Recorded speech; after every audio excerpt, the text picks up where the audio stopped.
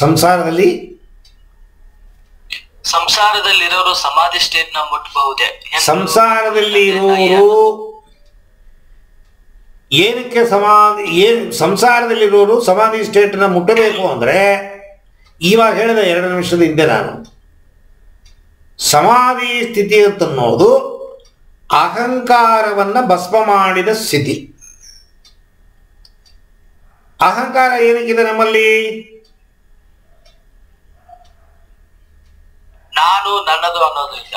ಏನಕ್ಕೆ ಬೇಕು ನಾನು ನನ್ನದು? ಪ್ರತಿಯೊಬ್ಬರಲ್ಲೂ ಹೆಣ್ಣಾಗ್ಲಿ ಗಂಡಾಗ್ಲಿ, ಈವನ್ ನಾಯ ಆಗ್ಲಿ ಕತ್ತೆ ಆಗ್ಲಿ, ನಾನು ನನ್ನದು ಇದೆ. ಯಾಕದು? ಯಾಕಿದೆ ಅದು? ಅಂಟಿರ್ಬೋದು.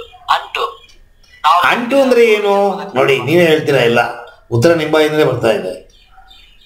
ಅಂಟಿರಬಹುದು ಅಂದ್ರೆ, ಅಂಟು ಅಂದ್ರೆ ಏನು? ನಾವು ಮಾಡಿದ ಪಾಪ ಪುಣ್ಯ ಕರ್ಮಗಳ ಅನುಸಾರ ನಾವು ಈ ಜನ್ಮದಲ್ಲಿ ಇದು ಮಾಡಿರ್ತೀವಿ, ಅದನ್ನ ಅನುಭವಿಸ್ಲೇಬೇಕು ಅನ್ನೋ ರೀಸನ್ಗೆ ಅದು ಅಂಟಿರುತ್ತೆ. ಮನಸ್ಸು ಪಕ್ವತೆಯನ್ನು ಹೊಂದಿರೋದಿಲ್ಲ. ನೀವು ಹುಟ್ಟಿದ ಮೂಲ, ನೀವೇನ್ ಪ್ರಶ್ನೆ ಕೇಳಿದ್ರಿ ಅದನ್ನ ಪಡೆಯೋದಕ್ಕೆ ನಾವು ಹುಟ್ಟಿದ್ದೀವಿ. ಏನ್ ಪಡಿಬೇಕು? ಸಮಾಧಿ ಸ್ಥಿತಿ. ಏನದು ಸಮಾಧಿ ಸ್ಥಿತಿ? ಅಹಂಕಾರವಿಲ್ಲದೆ ಇರೋ ಸ್ಥಿತಿ. ನಮ್ಮ ಬಲಭಾಗದ ಮೆದುಳ ಹಿಂಭಾಗದಲ್ಲಿ ಚಿತ್ತ ಅಂತ ಒಂದು ಜಾಗ, ಮೆಡುಳ ಒಬಲಾಂಗಟ್ಟ. ಅಲ್ಲಿ ನೀವು ಜನ್ಮಾಂತರದಲ್ಲಿ ಏನು ಮಾಡಿದ್ದೀರಿ, ಒಳ್ಳೆಯದು ಕೆಟ್ಟದ್ದು, ಪಾಪಕರ್ಮ ಪುಣ್ಯಕರ್ಮ ಮತ್ತೆ ಆಸೆಗಳು, ಇಷ್ಟು ತುಂಬಿದೆ ಇಲ್ಲಿ.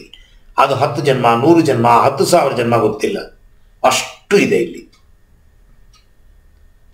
ನಾವು ಏನೇನು ಮಾಡಿದ್ದೀವಿ, ಒಳ್ಳೇದು ಮಾಡಿದರೆ ಸಂತೋಷ, ಕೆಟ್ಟದ್ದು ಮಾಡಿದರೆ ದುಃಖ, ಮತ್ತೆ ಆಸೆಗಳು ಮನುಷ್ಯನಿಗೆ ಇರಬಾರದು.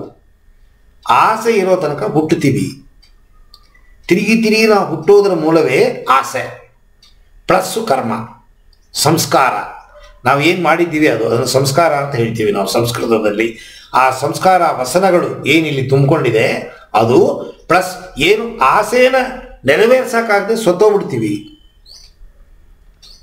ಆ ಆಸೆ ನೆರವೇರಬೇಕು. ಅದಕ್ಕೋಸ್ಕರ ದೇಹದ ಒಳಗಡೆ ಈ ಆತ್ಮವನ್ನು ಮನಸ್ಸು ಜೊತೆಗೆ ನುಗ್ಗಿಸಿದ್ದಾನ ಭಗವಂತ.